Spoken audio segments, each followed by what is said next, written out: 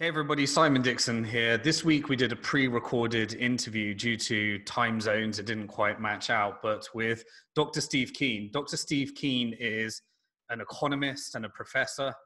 And I really wanted to do this interview so that people could understand the different schools of thoughts in economics and how it actually matches to some of the policies that are going to be coming in the Great Depression of 2020. A couple of things to comment before we go through. Firstly, we talked about our backgrounds and how we know each other through the university that we went. He was a professor and I was a student at. At the very end, he came up with a very controversial comment around cryptocurrency, and I shared my thoughts on that. But throughout, it was really him discussing the economics of, from hundreds of years of empirical research that leads us to such an unprecedented time that we're in today. And at times it might get a bit complicated, but persevere through it because he pulls up some really interesting charts that really show us the severity of where we are today, with his thoughts in what he thinks is coming next and how we get there. So hope you enjoy the interview, and I'm going to head over to that right now. Hello, everybody. It's Simon Dixon here, and today I have a very special guest, which is Dr. Steve Keen. When I started studying economics 20 years ago, I started my undergrad at Kingston University, and later Dr. Steve Keen became a professor at Kingston University. But we knew each other from the monetary reform community, which I was a part of before the Bitcoin community. And today we're going to talk about some really interesting things in terms of where we are today, and also give our viewers just a basic understanding of these different schools of thoughts in economics and how it relates to the situation of today, with a particular focus on money and money creation. So thank you very much for joining us today, Steve. Could you give us a bit of background for the viewers that may not be familiar with your work? Okay, well, I've been a critic of mainstream economics pretty much since not quite since I popped out of the womb, but to my very early days at university. So I studied economics at university in 1971, and halfway through first year, which was 1971, I became massively disenchanted with mainstream economics. So I started researching why was what I was being taught in the textbooks seemed so totally fallacious. And from that point on, I've become a critic, not just of mainstream economics, but also even of Marxian economics. And my first academic work was critiquing the labor theory of value. And what I've found is a profession that should be based on realism, actually being based on ideology. And that applies to virtually every school of thought. So in one sense, I've gravitated to what's called the post-Keynesian community, solely because the post-Keynesians have emphasized realism throughout. And that, I think, puts them above, certainly well above, both neoclassicals and Marxists, but also to some degree Austrians, who have got a certain amount of realism to themselves with a focus on uncertainty and so on, but also a lot of mythology as well. And so in general, I've been promoting realistic approaches to economics, building software to support that, and writing critiques of mainstream economics. And at the moment, the main thing I'm working on is the absolutely appalling garbage, and I could think of no better word to describe it, done by William Nordhaus and his collaborators in neoclassical so-called climate change economics. And that's a fairly apt experience to be going through right now, because I see to some extent what we're having with the coronavirus as a bit of a warm-up to what we face with global warming, because they have so totally underestimated the dangers we face. Yeah, so what I think people find very hard to believe is that, and the thing that I really discovered when I was studying academically economics, is that the models that seem so far detached from reality are actually the same models that we use to actually model our economies. And so, you would be forgiven as a novice that's not familiar with economics to just think that, okay, these theories have been solved. People understand money creation and the impact it has on inflation and employment. And these relationships have all been figured out. And, when the Federal Reserve is engaging in quantitative easing, it's based upon economics that the community agrees with. But the reality is that is very far detached from reality. And we are actually making major decisions in terms of how we are organizing our economies, especially in money creation, based upon academic theories which really haven't been resolved. So most of our audience, because my audience is mainly people know me from the Bitcoin community, Yeah. they're very aligned with the Austrian School of Economics and hard money and gold standards, and see Bitcoin as, you know, a form of hard money. Could you give people kind of a real simple overview of some of these different schools of thoughts, and really what schools of thoughts are used to manage the major economies in the world? Well, the main school of thought that dominates the economics in general is neither Austrian nor post-Keynesian nor Marxian, but neoclassical. That's what you get in the textbooks. And a lot of people, and I know a lot of people in the Austrian community, think these are Keynesian textbooks. They've got bugger all to do with Keynes. They're actually derived from the work of Paul Samuelson. If you want to know who Paul Samuelson is, he is the deceased father-in-law of Larry Summers. Okay, so if you want to get a feeling for the nature of economics textbooks, think Larry Summers, not John Maynard Keynes. So that dominates policy around the world, because roughly 75 to 80%, say 85% of academic economists are neoclassical in their beliefs and in the modelling they do. And that means that fundamentally it's pretty close to 100% of staff who work at places like the Bank of England, the Federal Reserve and so on are themselves neoclassical, because it's a filtering system of sorts. But academics tend to end up with more rebels. People who get jobs in the central banks tend to be more conformist. That was true until 2014, when the Bank of England began to break away from the mainstream. And you'll now find an extremely important paper that, if people haven't read it, I highly recommend they find it, called Money Creation in the Modern Economy. And it's written by the staff at the Bank of England. And it comes out and says the textbooks are wrong. Now, what the textbooks teach about how money is created is what Austrians I know are normally very critical of. They call fractional reserve banking.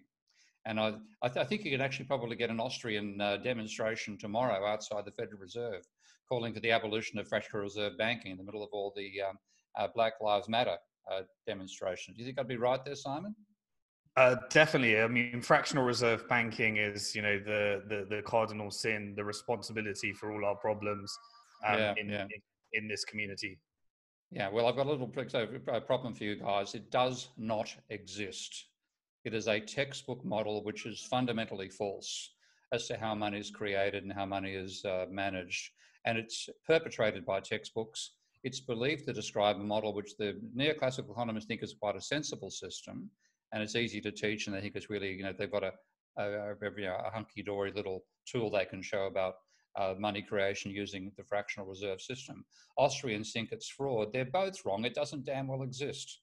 It describes a system which does not exist. So the Austrians demonstrating against it and the neoclassicals practicing might as well be discussing how many angels can dance at the head of a pin as to how relevant they are to the real world. Yeah, so one thing I've always told people is there is no fraction and there is no reserve. So yeah, well, there is a reserve, but there is no fraction. And I think what is going on is people have been taught a textbook model that says if a depositor walks up to a bank and drops $100 into their deposit account, then the bank says, that's very good, I'll hang on to 10 of that and lend out 90. And that's what Austrians see as fraud. You're lending out money you haven't actually got. And then so that person then goes to another bank and deposits the 90, and the bank hangs on to 9, lends out 81, and et cetera, et cetera. So $100 in creates $1,000 worth of money. And that's what's seen as fraud by Austrians. It's seen as a sensible monetary system by neoclassicals. It doesn't work that way when you actually look at accounting. And this is bringing realism into the picture. If you look at a bank in terms of assets, liabilities, and equity, and that is fundamentally how you have to view any financial institution, then it's, if you have that person putting that $100 into a bank, that goes in as a liability to the bank because it's a deposit. So the liabilities rise by 100. The reserves go up by 100, which is an asset. So there's an increase in assets and liabilities, no change in the bank's equity. If you then say the bank lends out $90 of that, then how do they do that? If you say that their assets therefore fall by 90, that also means their liabilities have to fall by 90 or their equity has to fall by 90. Now, that can only happen if the person who takes out the loan actually takes it out in cash. So the only way the fractional reserve banking system works is if all loans are in cash. You decide to go and buy some nice little place in Mayfair.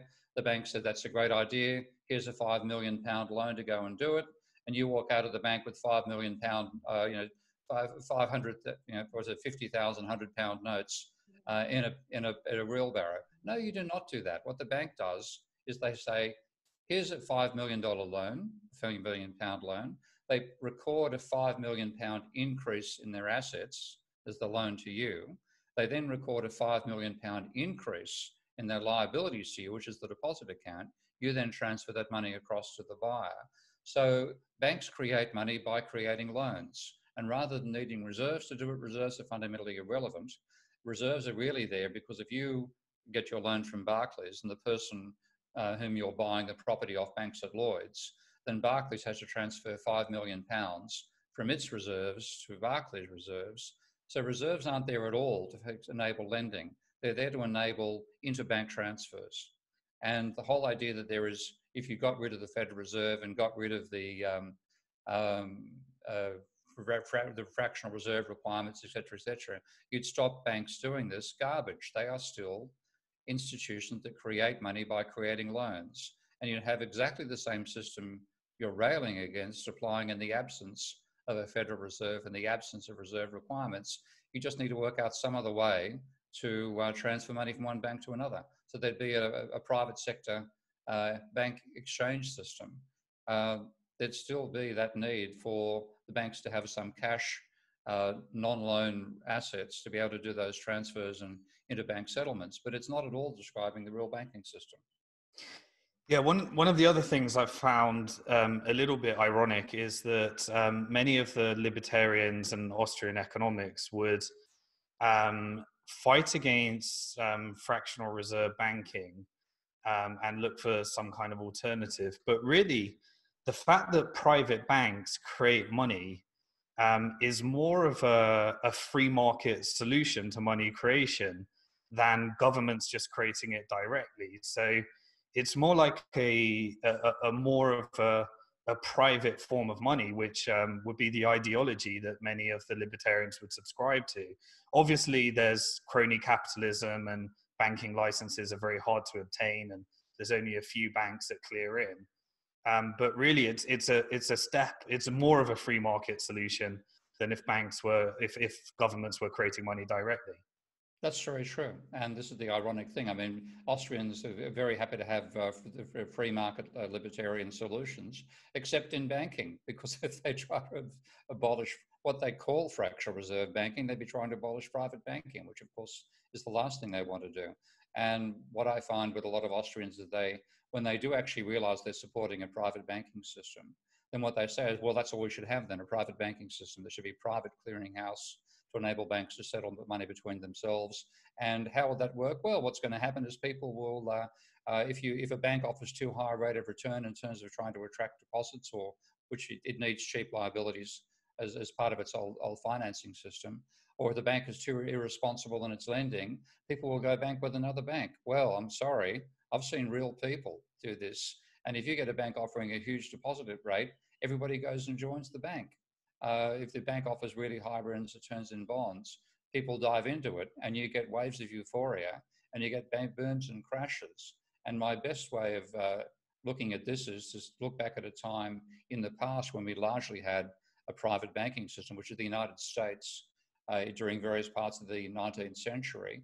And what you had back then was literally bank busts every 10 to 15 years, and a period where they called it wildcat banking. And why did they call it wildcat banking? Because when you went to redeem your money, the bank branch you were told you could redeem your money at was, quote unquote, where the wildcats roam. So the extent to which fraud occurs in banking is simply breathtaking. And the idea that a private system would be better is sort of arguing, well, with a system which you weren't being watched by police, you wouldn't go and rob the jewelry store. I'm sorry. If you weren't being watched, you would go and rob the jewelry store. And there are incredible tales of banks setting up all sorts of fraudulent arrangements during that period of private banking. So the reason we have state controls over banking is because, quite literally, far too much fraud occurred without it. Absolutely. So, what do you help us understand where we are today? So we got a bit of an understanding of how these different schools of economics have kind of led to infighting and different theories, and it's not really resolved, even though we're making major decisions about how we organize our money systems and economies. How has that led to where we are today, and how bad is it, the situation we're in today? I think it's led to a very bad situation, because if I talk about the neoclassicals, and they really are the ones who dominate both the intellectual training of economists. Austrians are a minority sect, so for that matter, opposed Keynesians, so are Marxists. So the ones who have dominance on economic policy are neoclassicals. And they come out of, if you look back to the history of where they evolved from, they began largely in the 1870s with the work of Leon Walras, who was English, Leon Walras, who was French, William Stanley Jevons, who was English, and Karl Menger, who was Austrian. And the Austrian school largely followed some of Menger's leads and so on. Neoclassicals came out of a combination of Walras and Jevons. And probably the dominant personality overall was Walras, because what he tried to do was build a model of what he called general equilibrium. So he wanted to say, is it possible for a system of markets completely without coordination to reach a set of prices in which supply and demand are balanced in every market? And he built up a model, he called that, which he called tatonement, which literally translates as groping, where you have he envisaged an extension of what applied in the Paris market called the Bourse. And that was that there would be market makers in different markets. There'd be a market for gold, a market for pigs, a market for flowers, etc., etc. And the market maker would have everybody who was involved in that individual market come along and say what the demand and supply levels were for yesterday's price. And then he would negotiate until such time as the price that was declared by the market maker reached a balance of supply and demand in that individual market. And the Walras hypothesized, well, imagine a big market, even bigger, where there's one room for all the commodities, one auctioneer, and the auctioneer is trying to go from yesterday's set of prices to today's set of prices.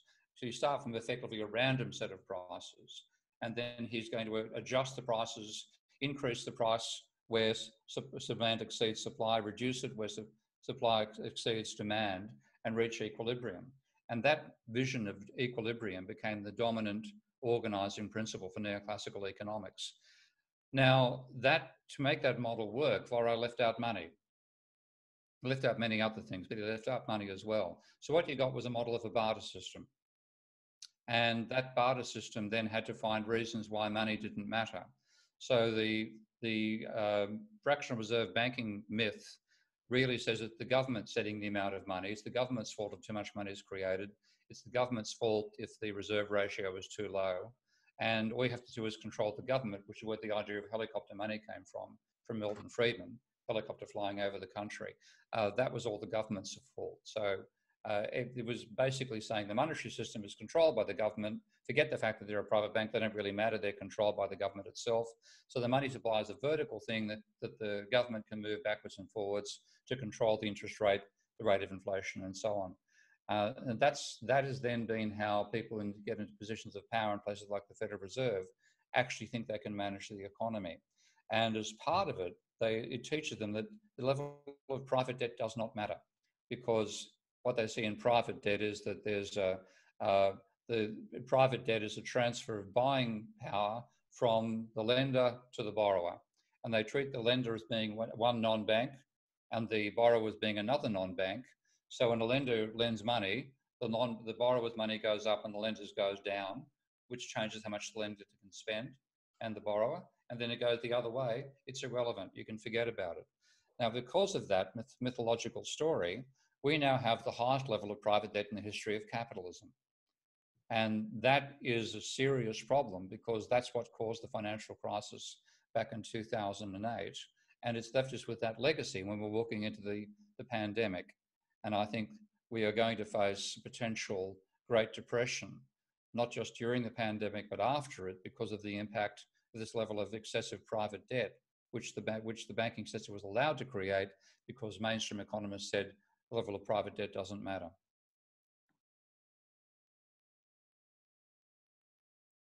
I'm not getting any sound. Hang on. Yeah. So is that good? Yeah, that's better. Okay. Yeah. So people find it really hard to believe, and I've often said that when I created a video in 2010 called "The Great Depression of 2020s," and one of them I was walking through the different economic thoughts and how it led to where we are today. And one of the main things that I said is it's because the economic models that we're using to run our economy are based upon incorrect assumptions about money creation. So it seems like you might agree with that. I do, well and truly. And people find that really hard to believe, that this is such a complex subject, with academics researching this all around the world through organizations and institutions, and that really can it be that simple, and how is this overlooked? How is that even possible? It's because if you have a mythological model, you see the model when you're looking at a complex system. And my favorite analogy here is astronomy at the time of Copernicus, because you had people who believed the Ptolemaic or the heliocentric model, that the Earth was the center of the universe. And that began with actually Aristotle, apparently, saying that he believed that the Earth was the center of a set of crystalline spheres, and all the planets and the stars rotated on these perfect crystalline spheres centered on the Earth. And there were numerous problems with that. For a start, if you rotate, then you've got to go in the same direction. Why do the heavens ever reverse direction? What we call the planets, which literally means the wanderers, would appear to reverse direction in that model. So Ptolemy's solution was to have the Earth at almost the center of the universe, not quite, and the stars and the moon and the sun on spheres circling the Earth, but the planets were on spheres on the spheres because they were rotating like this. Sometimes they're going that way in the sky, otherwise they're going this way in the sky. And then they had to explain how they get closer and further away as well.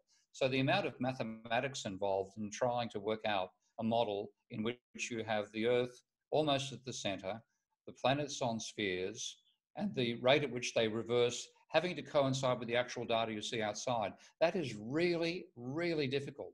And if you devoted your life to building a model which almost fits the data, and some arsehole comes along with the name Copernicus and says, you got it all wrong, the Earth is not the center, the sun is the center, and all your models are, you've got to be completely revised, you want to kill the guy. Okay, and now that really is the situation of economics, because they've built this model which is equilibrium based, with the idea that the economy is either in or always heading back towards equilibrium after what they call an exogenous shock, non-monetary, okay, and where the future doesn't really matter because we can all rationally anticipate the future, but that's what rational means. Being able to foresee the future accurately is their definition of rational. With all that stuff together, you don't want to hear an alternative. So what you have is people defending what we now, if we look back at Copernicus and see how he's persecuted by the church and how this is all tied up with a heliocentric view of the universe, we see it as religious persecution. But it was actually the persecution of a correct but rebel view of how the old solar system works by people dedicated to a complicated, empirically reasonably accurate system, which was completely wrong. Now we're in the same situation today in economics, and I've actually pretty much despair of. Copernicus didn't win by converting the Ptolemaic astronomers. He converted by putting up a system that was easier to calculate, ultimately corrected, first of all, to be elliptical orbits rather than circular, and then we get Newton after that as well, and finally get a much simpler system to calculate what the planets are going to do, and that takes over, and that's the world we accept today. Economics, I think I still describe as a pre-Copernican science. Sound again, yeah. So it's almost psychological here. It's someone spends their whole life believing a certain thing, and then someone comes along and tells them, by the way you've been doing it all along is different. You either take that as I've got to change the way that I see things, or defend what I believe to be true and find all the evidence to back up the belief of what I've believed all my life, because it's too much for me to take, that I might actually have dedicated my life to something that doesn't actually map the world correctly. Yeah, I think it's a very, very true. And that's how I think about humanity, though, so Simon. We tend to see ourselves as rational and evidence-driven and scientific because of the age in which we live. But the age in which we live is a tiny fraction of the existence of humanity. And throughout humanity, what has distinguished humans from non-humans is the capacity to share beliefs. Now, that's not possible for other organisms, so far as we know. So we're belief generating and belief sharing systems far more so than we are analytic and rational. Absolutely. So let's shift gears slightly. You said a very bold statement there that we're highly likely to be moving into a depression. What does a depression mean? And what makes you say that we're going to move into a depression? Largely, the depression is a collapse in monetary demand. And the collapse in monetary demand comes about because monetary demand consists of both the turnover of existing money plus newly created money, created either by the credit system or by the government. And what caused the Great Depression was, first of all, a boom in private debt in the 1920s, which wasn't as large as the bubble we've been through in the 1980s to 2010. But that credit fueled the roaring 20s. That then crashed in 1929, and you went from positive credit to negative credit, massively negative, about minus 10% of GDP. And with that credit going down, you also had a reduction in the money supply. And that was a self-amplifying system that drove us into the depths of the Great Depression. And we've basically replicated that same experience in 2008. We'd stopped it because, as well as private banks being able to create money, so can the government. And government money creation stepped in 2008, 2009 to balance the destruction of money by the private banking sector. And that then stabilized the system to some extent, but it left us with a huge overhang of private debt. And again, this is something which most people aren't conscious of because economic theory says private debt doesn't matter. So most economists don't even look at the level of private debt. But that's what caused the bubble. But now, that's what caused the bubble and the bust in the 20s and 30s, the bubble and the bust in the 80s, 90s, noughties, and through to 2010.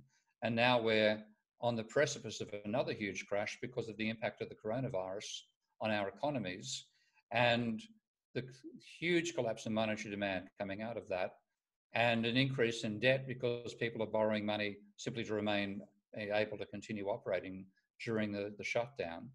And when the crisis, if the crisis ever passes and the government supports are pulled away, then there could be a huge collapse in monetary demand, and we could go into we're already in a depression, but it could continue with a financial course after the virus is gone, if it ever is. So do you have a model in terms of how long a depressive environment might last and what we need to be preparing for? Or is that very much a political conversation? It depends what the politicians do next. No, it's something that can actually, the politicians can terminate it, or they can also cause it. But they can terminate it if they act quickly enough by government money creation. But it might be worth me sharing a screen here so I can show some data on this front, because it is always better to show these things in terms of data. This is the level, can you just see if you can see, I'll just... I can see that now, yeah. Okay. This is the level of private debt and credit in America for pretty much the duration of American capitalism from the 1830s forward. And you can see that the level of private debt peaked at about 65% of GDP back in the mid-1930s, then at 145% roughly in the Great Depression, and 170% what we call the Great Recession. And so if you look at where we are now, we've got a higher level of private debt, about 150% of GDP, than we had back at the peak of the Great Depression. Now, what I was saying beforehand is that credit drives the economy in ways that mainstream economics doesn't understand. And credit, I'm very fastidious here. Most people use the words debt and credit interchangeably. I use debt to describe the dollars we owe, and I use credit to describe the rate of change of the dollars we owe. So debt is the outstanding level of money that you owe to a bank, and credit is the rate of change of bank debt per year. And that credit is what creates money when it's being positive, what destroys money when it's negative. So what I'm showing down here in the blue line is negative credit. The credit, which is the rate of change of private debt, peaking at about, I'll just actually show the numbers here if I can. Let's hope this works. Let's see. 12% of GDP back at the peak of the boom in 1836. You go to 1930s, it's 9 and a bit percent of GDP, and come forward to here, it's 15% of GDP. The crisis itself was a period of massively negative credit. That's running at minus 8% of 8.5% of GDP, and its net credit is negative pretty much from 1930, halfway through 1937 through to 1943. Then it's negative from 1930 through to about 1937, 38. And then for us, in our crisis, it went negative from 2009 to 2011. Now, that is an insight on what causes Great Depressions, which most people don't have because they don't see the role of credit. We all knew about the Great Depression. We all lived through the Great Recession. I did not even know what this was over here until I plotted this data.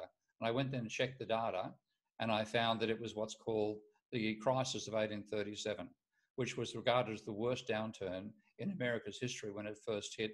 And it may still be worse than the Great Depression if you look at the length of time that with negative credit there versus the Great Depression or now. That's a forgotten crisis caused by negative credit. To show the UK data, I know you've got UK policies as well, as we discussed earlier. This is the UK's data. And the thing I find remarkable about the UK is that private debt never exceeded 73% of GDP, right from 1880 all the way through to 1982, when Margaret Thatcher was in power. And you then had this huge increase in private debt from 58% of GDP in 1982 through to 195% in 2009. Now that data is what I look at to say that's what causes a Great Depression, periods of massively negative credit. And that's been confirmed in a superb book I highly recommend to your readers by an ex-banker called Richard Vague. Richard ran two of America's major credit card companies. And the book is called The Brief History of Doom. And he's gone through 150 years of data and incredibly meticulous research into newspaper records and so on, explaining every major downturn in the last 150 years in the six major global economies. And every last one of them was a credit collapse. So this is strongly empirically supported information. It's not based on an ideology. It's based fundamentally on empirical data and saying, how do we understand what's happened? And every time you look at a Great Depression, it's negative credit that causes it. That's fascinating. Thank you very much for sharing that research. So in terms of what comes next, so we seem to have lost every monetary tool. QE seems to be something that's going to no longer be effective. We've lost interest rates. One thing I've been warning my audience about of what I think comes next is that essentially governments are going to launch a central bank digital currency. And the central bank digital currency will most likely be backed by the same currency. So it will be a digital version of the dollar or a digital version of the pound. Yeah. And essentially, this is radical monetary reform. And I think we're going to enter, I think the only choice now is that we enter into a radical monetary renegotiation like we saw in 45 with Bretton Woods or 71, 73 when we went to the debt standard and flexible exchange rates. Yeah, my girlfriend just wanted me to join in the conversation. Pardon me, so that's why I was looking above the screen. Sorry. Okay, no worries. So what do you think comes next? Do you think that we're going to have massive injections of government-created money as one of the tools that I thought might happen is rather than allowing a bank to go through bail-ins in times of uncertainty or have to do a bailout, you could let the bank go bust and then just allow everyone to download an app with the same balance, but this time it's a central bank digital currency. And so you inject money proportionate to the level of money that's being destroyed at the bank. What's your theories? What do you think comes next? If you were advising what government, what I guess we can't say that for every country, but give us some generalizations of what governments need to be doing from the world of Dr. Steve Keen. If I was actually, my advice is being listened to, I'd be doing what I call a modern debt jubilee. And that is to say that again, that chart that I showed in terms of the level of private debt that's been created in the last, I'll share my screen just to show that data. The amount of private debt that's been created in the last 40 years is absolutely excessive. And it's only because we ignored this increase in debt. This is the UK's data once more. This is the American data, starting from 1945 with a debt level of about 35% of GDP, right through to virtually 5 times that at 170% of GDP. We allowed that to be created because we thought it didn't matter. Now, what it meant is the non-bank economy, the non-bank sector, is far too indebted to the bank sector. There's far too much credit-based money and not enough fiat-based money in what we call a fiat system. So I want to do something which would enable a fiat system to come back again. And that's to say, let's cancel the credit-based money and replace it with fiat-based money. So your suggestion a short while ago is comparable to what I'm talking about there, okay?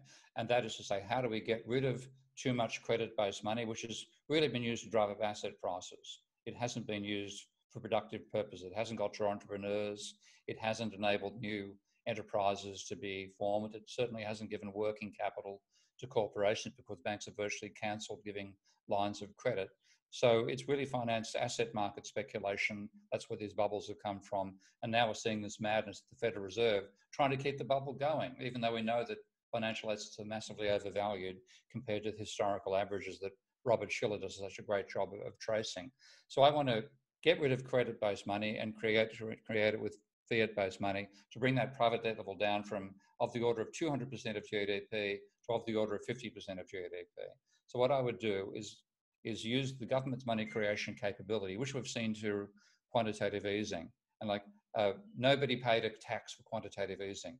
The central bank simply created the money, put it into the financial sector's bank accounts, and balanced it with the bonds they supposedly bought off the financial sector. A similar thing could be used to create an identical amount of money per capita for everybody who has a bank account in a particular national economy using that national currency. So we all get the same amount of money. Let's say it's £100,000 per bank account, just for a rough figure. If you had debt, that 100,000 would have to be used to pay your debt down. If you didn't have debt, you'd get £100,000 cash injection. If we didn't need a stimulus for the economy at the time, I would neutralise the money that went to people who weren't in debt by saying they had to buy corporate shares, but those corporate shares had to be newly issued shares, which were issued solely for the purpose of cancelling corporate debt and replacing it with corporate equity. And then you'd get a form of democratisation of share ownership.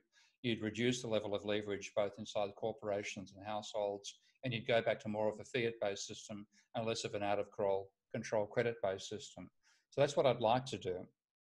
And I'd also put controls on banks in future. So banks can't lend for asset bubbles. They can only lend for entrepreneurs, for working capital for corporations, and for large consumer purchase items for consumers, not as speculations about their price rising, but essential items you can't pay out of your normal savings, like a car or a house.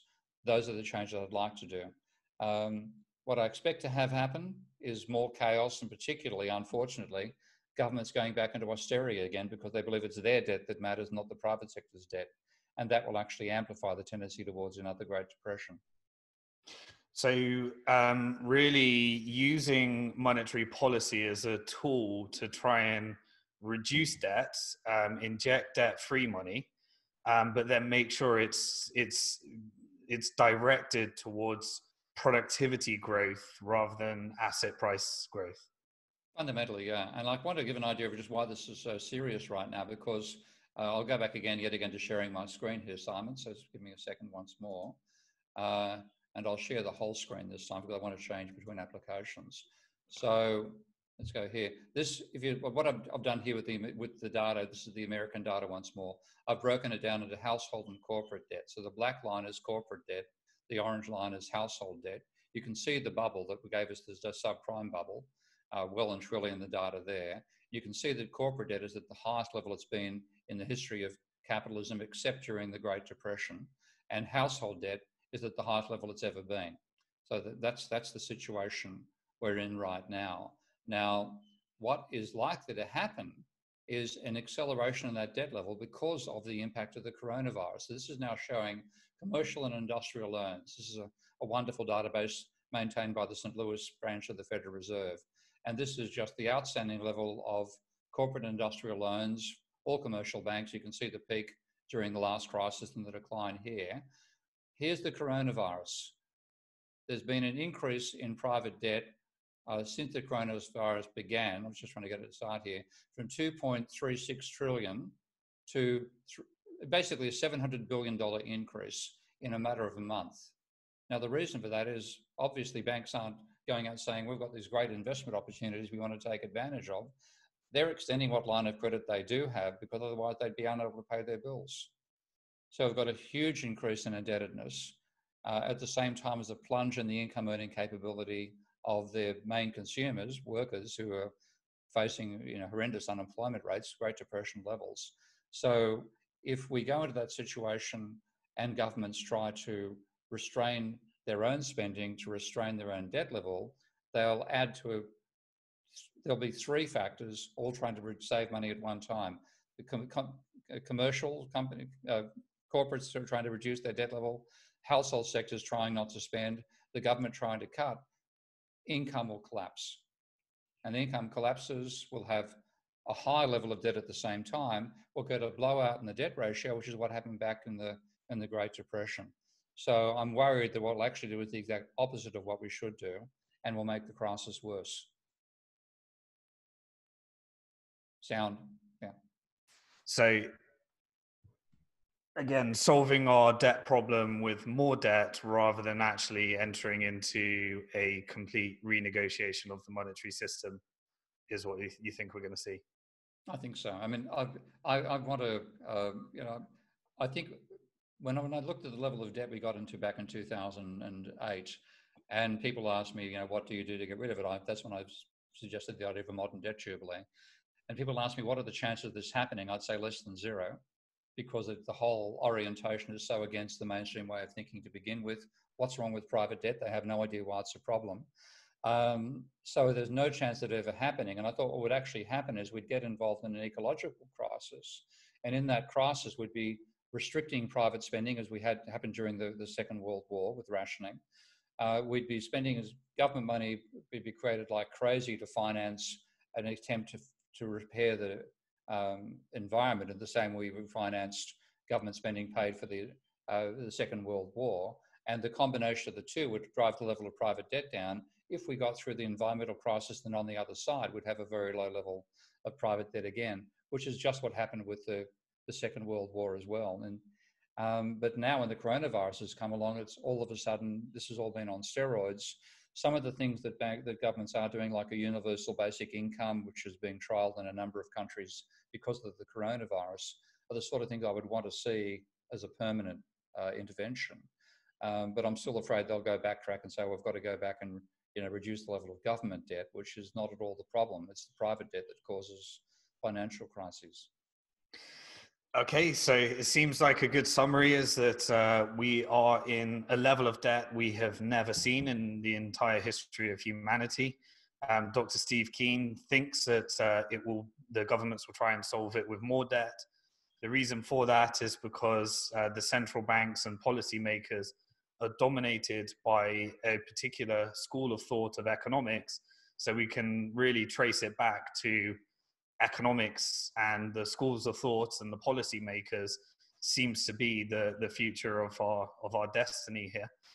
And we do have an ideal opportunity for a monetary reform. We've thrown everything because of this virus at the system. I guess people need to be preparing for the fact of what does one do if we enter a Great Depression?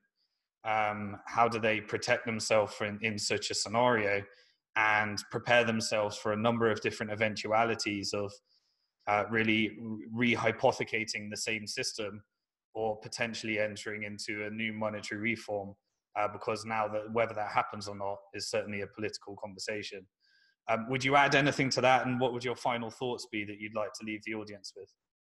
Well, I think in some senses a parallel monetary system may be necessary to avoid the depths of the downturn.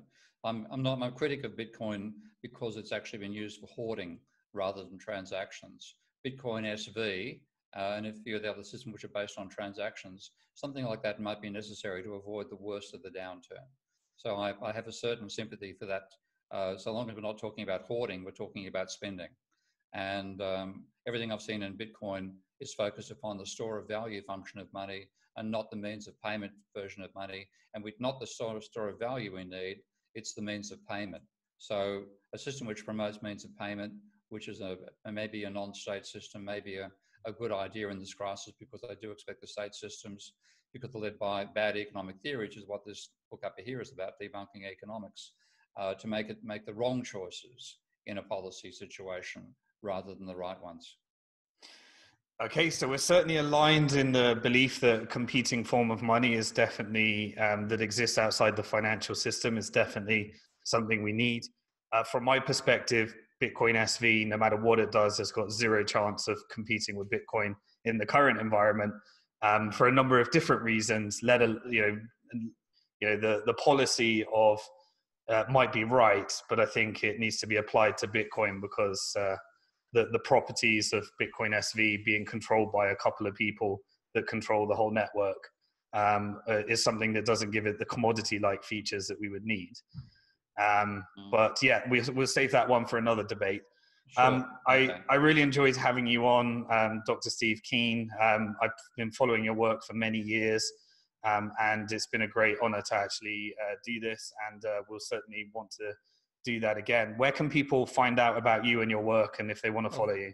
If I duck my head here, you can see my website here. That's www.patreon.com/ProfSteveKeen. That's where I post most of my work. Most of it, by the way, does not require you to be a patron. My patrons a long time ago said they wanted me to make my ideas publicly available. And so the podcast that I do with Phil Dobby there are about the only thing that are patron only. Everything else is freely accessible. I'd like the support, but I don't require it. And I'd rather get people to read than I'd rather people read my ideas than pay me money, frankly, on this front, because I think bad economic ideas have led us into the impasse we're in now. We need to start reforming them with realism. So that's the best place to go to.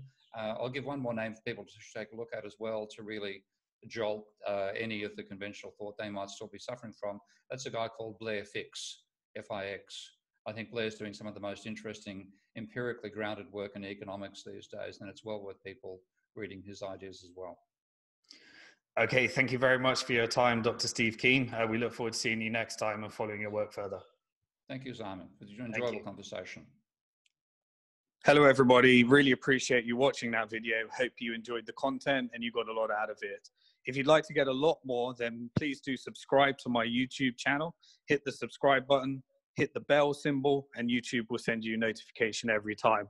I'm also giving content on Twitter @SimonDixonTwit, so you can follow me there. Over the last 10 years since I've been involved in the industry, from speaking at the very first Bitcoin conference in the world to actually before that, when I was involved in presentations for the banking and monetary reform community, I've always been focused on working with the high net worth investors at Bank to the Future and investing in the crypto companies and Bitcoin and fintech companies that made this industry. And that meant that I never really focused on building a following, because I really just focused on the relationships that I built. But now there's so much financial uncertainty. There's so much challenges that people are experiencing in both the economy and their personal financial situation, that I really want to focus on making sure that more and more people get these messages. If you leave a comment under this video, let me know what you'd like to see in future videos. And also subscribe to the channel, and I'll make sure that I'm giving you the best information, the best thinking I've got, which regularly changes as this financial system unfolds. To get that information, subscribe, get the notifications, follow me on Twitter, like, share, so that more people can get this message. And I'll make sure that you're on top of the information curve as this financial system unfolds. And remember, no matter how bad it gets, you're alive at one of the most exciting times in financial history. Peace.